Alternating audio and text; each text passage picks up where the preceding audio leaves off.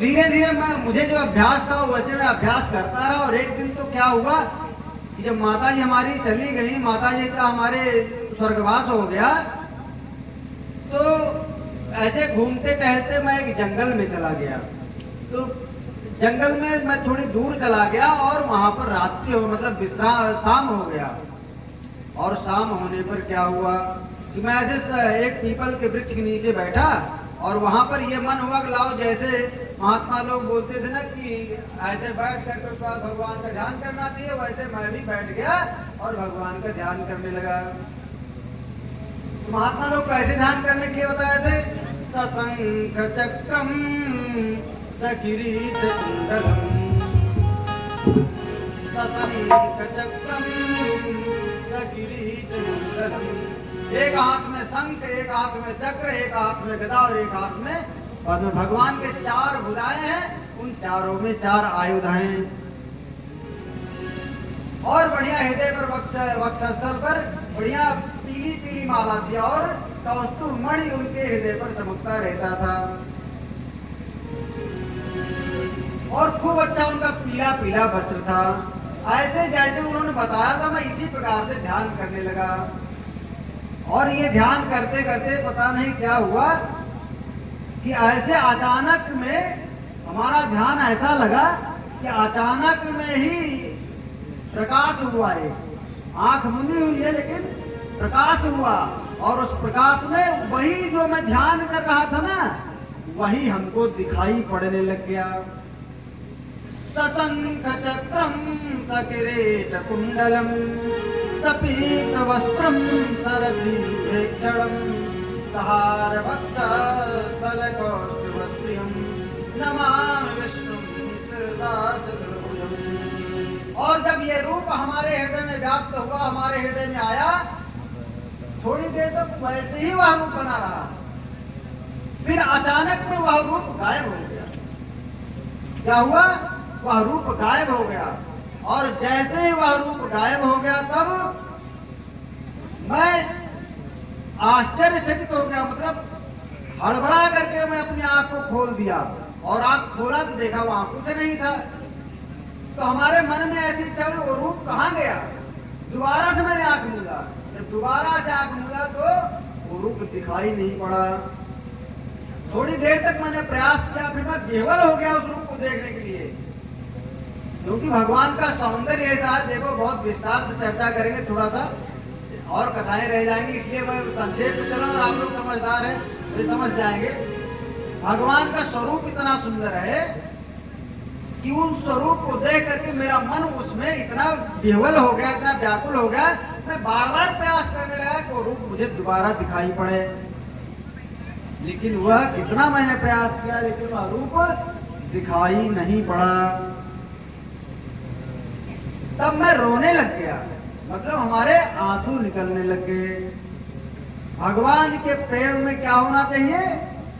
आंसू निकलने लग जाना चाहिए। जब प्रेमाश्रु बहता है ना, तब हृदय शीतल हो जाता है। और जब मन निर्मल हो जाता है, तब भगवान का निवास उसी में है। निर्मल मन जन सो मोहि पावा, निर्मल मन सो ओ मोहि पावा।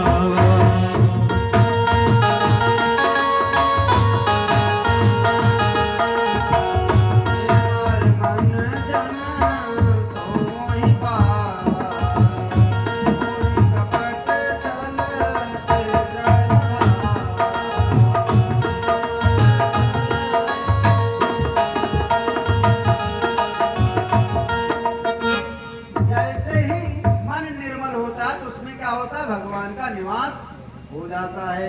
तो भगवान का निवास तो हृदय में हमारे हो गया, लेकिन वह रूप दोबारा दिखाई नहीं पड़ा।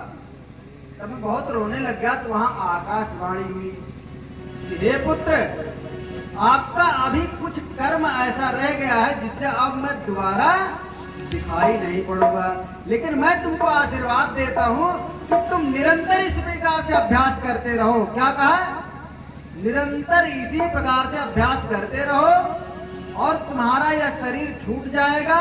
शरीर छूटने के बाद में तुम ब्रह्मा जी के अनुसार, ब्रह्मा जी का जब कल्प पूरा होगा तब उनके माध्यम से तुम भी हमारे हृदय में प्रवेश कर जाओगे। मतलब जब प्रलय होगा तो प्रलय में तुम भी हमारे हृदय में प्रवेश कर जाओगे, और जब दूसरा कल्प आएगा, आने वाले कल्प में तुम हमारे स्वरूप के ही साक्षी बनोगे। मत इसीलिए भगवान का मन कौन? नारद जी। नारद जी को क्या कहा जाता है? भगवान का मन कहा जाता है। तो कहा कि जब दूसरा वाला कल्प होगा तो उसमें आप हमारे स्वरूप का साक्षी बनोगे। तब नारद जी ने बताया कि भैया कुछ दिन बाद क्या हुआ कि हमारी शरीर में ऐसी अवस्था हुई, मतलब मुझे खाने पीने में ज्यादा तन्मय नहीं होता था, और उसकी वजह से क्या हुआ कि मैं निरंतर भजन करने लग गया, और भजन करते करते हमारी शरीर सूख गई। और कुछ दिन बाद क्या हुआ कि हमारा देहांत हो गया, मतलब मैंने शरीर को छोड़ दिया। शरीर को छोड़ दिया, लेकिन भगवान का आशीर्वाद था कि हमको विस्मृति नहीं होगी, स्मरण बना रहेगा।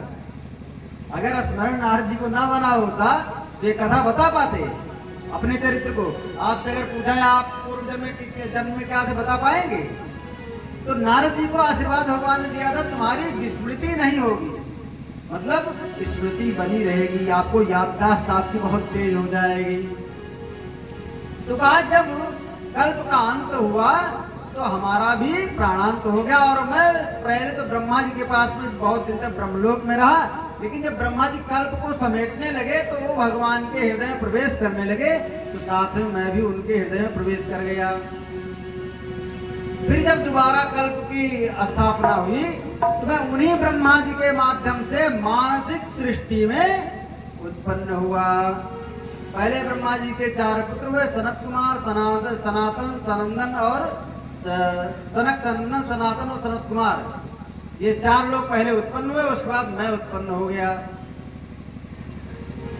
तो कहा भैया आप जिस ग्रंथ को अभी तक आपने जो विस्तार किया है उसमें भगवान के यश का गान तो हुआ है,